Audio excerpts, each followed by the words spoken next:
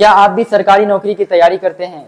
तो आज की ये वीडियो को स्किप करने की गलती मत कीजिएगा, क्योंकि अगर आप आज की इस वीडियो को स्किप करते हैं तो आप दो बड़ी सरकारी भर्तियों के बारे में जानकारी को मिस कर देंगे। जी हाँ दोस्तों, आज मैं आप सभी के लिए एक ही वीडियो के अंदर दो ऐसी सरकारी नौकरी लेकर आ चुका हूँ जिसके बारे में काफ़ी कम लोगों को पता होता है, जबकि इसमें सैलरी काफ़ी शानदार होती है।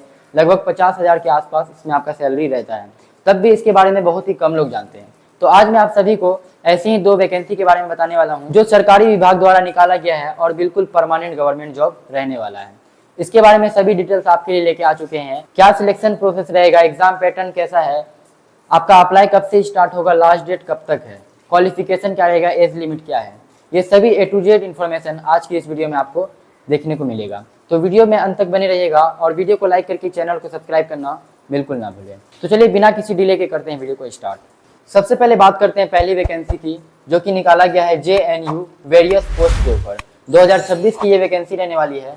JNU का मतलब होता है Jawaharlal Nehru university ministry of education, यानी ये वैकेंसी जो है यूनिवर्सिटी के अंदर निकाली गई है नॉन टीचिंग पोस्ट पर। यानी आपको इसमें पढ़ाना नहीं है, नॉन टीचिंग जो पोस्ट होता है जैसे MTS हो गया और आपका कलर का पोस्ट हो गया है, इसी के ऊपर यहाँ पे वैकेंसी निकाला गया है।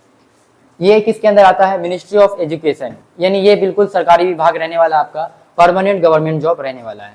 अब इस वैकेंसी के बारे में कुछ आपको प्लस पॉइंट दिखाते हैं। सबसे पहला पॉइंट है सिंगल एग्जाम। इसमें आपका मात्र एक सिंगल एग्जाम होगा और आपका सिलेक्शन हो जाएगा, यानी इसी से आपका मेरिट तैयार होने वाला है। कोई भी एक्स्ट्रा आपका एग्जाम नहीं होगा, डबल एग्जाम नहीं होगा और फिजिकल भी नहीं होगा और आपका इंटरव्यू भी इसमें नहीं होने वाला है। आगे बढ़ते हैं और बात करते हैं दूसरे पॉइंट की। तो यहाँ पे इसका दूसरा पॉइंट है फास्ट सिलेक्शन। इसमें जो सिलेक्शन का प्रक्रिया है बहुत ही फास्ट होगा। उसके बाद है तीसरा point easy exam level. Exam level भी इजी रहने वाला है, क्योंकि ये जो वैकेंसी है ये 10th लेवल की भी है और ग्रेजुएशन लेवल की है। तो अगर आप 10th लेवल के लिए अप्लाई करते हैं, यानी MTS के लिए अप्लाई करते हैं, तो यहाँ पे आपका 10th लेवल का ही क्वेश्चन आपको देखने को मिलेगा। भले ग्रेजुएशन लेवल के लिए अगर आप अप्लाई करेंगे तो यहाँ पे आपका क्वेश्चन का लेवल थोड़ा हाई हो सकता है। अगर आप MTS के लिए करते हैं तो आपका 10th लेवल का ही क्वेश्चन आपको देखने को मिलेगा। आगे बढ़ते हैं और बात करते हैं टोटल वैकेंसी की, कि इसमें टोटल वैकेंसी कितनी रहेगी। तो टोटल वैकेंसी यहाँ पे निकाला गया है 267 वैकेंसी। 267 वैकेंसी इस पोस्ट में रहने वाला है, आप इसमें आवेदन कर सकते हैं। पांचवें पॉइंट की तो ये है हिंदी और इंग्लिश इन ऑप्शन, यानी इसमें जो आप एग्जाम दीजिएगा इसके ऑप्शन में हिंदी और इंग्लिश दोनों रहेगा। अगर आपको इंग्लिश आता है तो आप इंग्लिश में जवाब दे सकते हैं और हिंदी आता है तो आप हिंदी में जवाब दे सकते हैं। इसको शॉर्टकट में बोल सकते हैं बाइलिंगुअल लैंग्वेज। इसमें आपका एग्जाम होने वाला है। और आखिरी पॉइंट है in hand salary. In hand salary आपको काफ़ी शानदार देखने को मिलेगी, जिससे ये वैकेंसी काफ़ी खास हो जाती है और इसके बारे में काफ़ी कम लोगों को पता होता है, जिससे एक और फायदा है कि आपका यहाँ पे कंपटीशन भी काफ़ी कम रहेगा। तो इन हैंड सैलरी की अगर बात करें तो यहाँ पे इन हैंड सैलरी आपका रहेगा 45,000 पर मंथ। तो काफ़ी शानदार वैकेंसी है। आगे बढ़ते हैं और बात करते हैं एज लिमिट की, कि आपको इसमें अप्लाई कौन कौन कर सकता है। तो अगर आपका एज लिमिट 18 वर्ष से 40 वर्ष के बीच है तो आप इजीली इसमें अप्लाई कर पाएंगे। 18 वर्ष आपका मिनिमम होना चाहिए और मैक्सिमम 40 वर्ष के बीच होना चाहिए। तो ये आपका जनरल वालों के लिए रहने वाला है। सभी सरकारी वैकेंसी में SC ST को 5 वर्ष का रिलैक्सेशन मिलता है और OBC को 3 वर्ष का रिलैक्सेशन मिलता है, यानी छूट मिलता है। तो अगर छूट के अनुसार SC ST की बात करें तो 45 वर्ष तक वो लोग अप्लाई कर पाएंगे और OBC 43 वर्ष तक अप्लाई कर सकते हैं। तो ये आपका एज लिमिट रहने वाला है। योग्यता की बात करें तो अगर आप 10th पास हैं, तो भी इस फॉर्म के लिए आवेदन कर पाएंगे, लेकिन आपका पोस्ट का नाम रहेगा MTS, यानी MTS मल्टीटास्किंग स्टाफ की पोस्ट पर आप अप्लाई कर सकते हैं अगर आप 10th पास हैं। अगर आपने किसी भी बैचलर डिग्री से ग्रेजुएट किया है तो यहाँ पे आप LDC पोस्ट के लिए अप्लाई कर।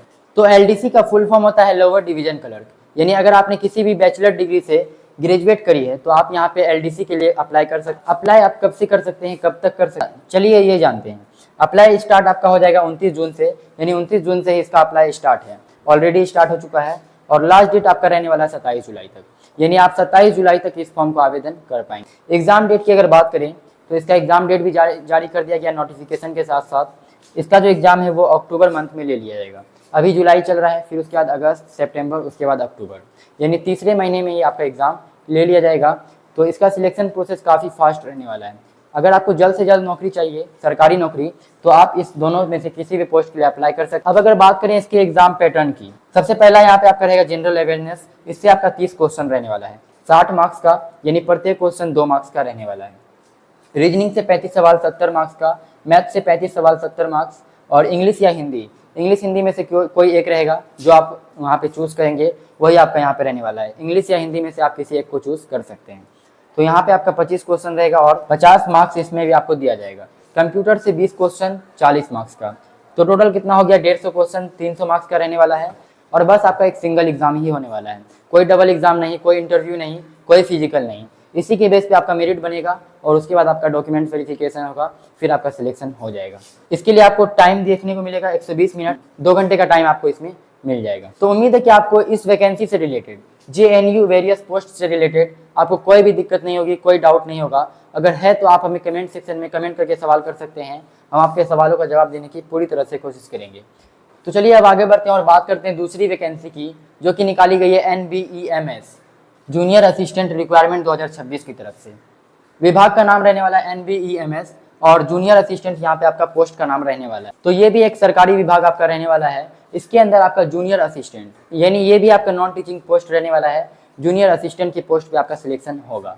इसके भी प्लस पॉइंट है, सिंगल एग्जाम आपका इसमें भी होगा और नो इंटरव्यू, कोई भी इंटरव्यू नहीं होगा और डबल एग्जाम आपका नहीं होने वाला है, मात्र एक सिंगल एग्जाम होगा, इजी एग्जाम लेवल रहेगा। इन हैंड सैलरी की अगर बात करें तो इसमें भी आपको 50,000 रुपये पर मंथ सैलरी देखने को मिल सकता है, जो कि काफ़ी शानदार सैलरी यहाँ पे रहने वाला है। और वैकेंसी भी यहाँ पे सरकारी विभाग से आपका निकाला गया है, तो काफ़ी ज़बरदस्त वैकेंसी आपका रहने वाला है। टोटल वैकेंसी की अगर बात करें तो 53 पोस्ट यहाँ पे निकाला गया है और उसके बाद आपका इसमें फास्ट सिलेक्शन प्रोसेस रहेगा। चलिए अब आगे जानते हैं इसके बारे में, एज लिमिट क्या रहना चाहिए, अप्लाई करने के लिए आपका एज लिमिट क्या रहना चाहिए। तो यहाँ पे आपका जो एज लिमिट है 18 वर्ष से 27 वर्ष के बीच अगर है तो आप इसको इजीली अप्लाई कर पाएंगे। और वहीं अगर आप SC ST से हैं तो आपको 5 वर्ष का छूट दिया जाएगा, तो आप 32 वर्ष तक अप्लाई कर पाएंगे। और OBC को 3 वर्ष का छूट दिया जाता है।